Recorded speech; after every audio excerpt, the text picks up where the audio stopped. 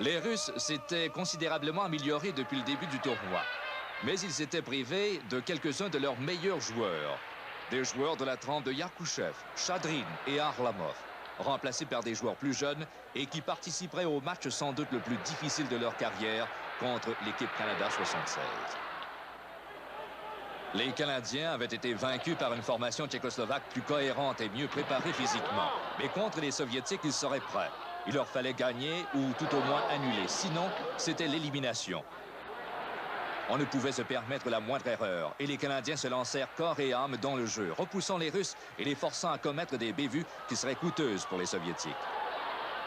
À 5 minutes 34 secondes du début de la première période, Gilbert Perreault, assisté de Lafleur et Potvin, donne l'avance aux Canadiens.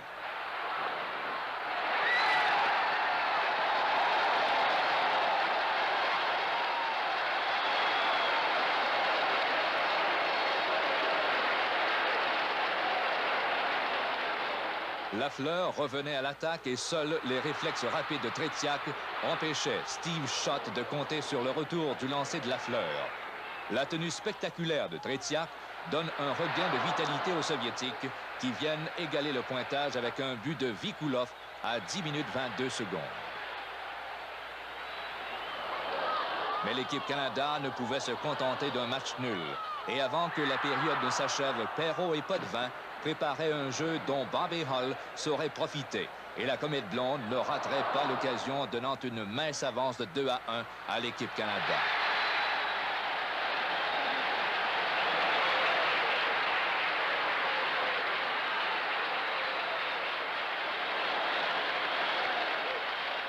Au cours de la deuxième période, le jeu se resserrait et l'on vint près de marquer de part et d'autre. Les joueurs étoiles d'équipe Canada, tout individuels qu'ils étaient, formaient maintenant une équipe homogène. Et Bill Barber, faisant dévier un lancer de la pointe, assurait les Canadiens d'une marge de 3-1.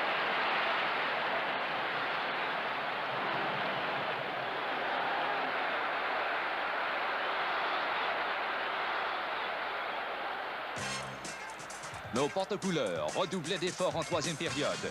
Et n'eût été l'extraordinaire performance de Tretiak, les Soviétiques auraient subi une défaite beaucoup plus.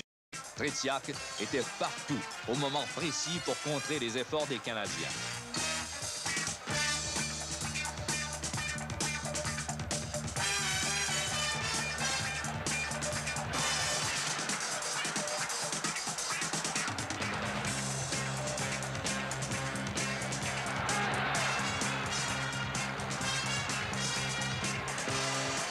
Le tournoi se solderait donc par une rencontre finale 2-3 entre les champions tchécoslovaques et l'équipe Canada.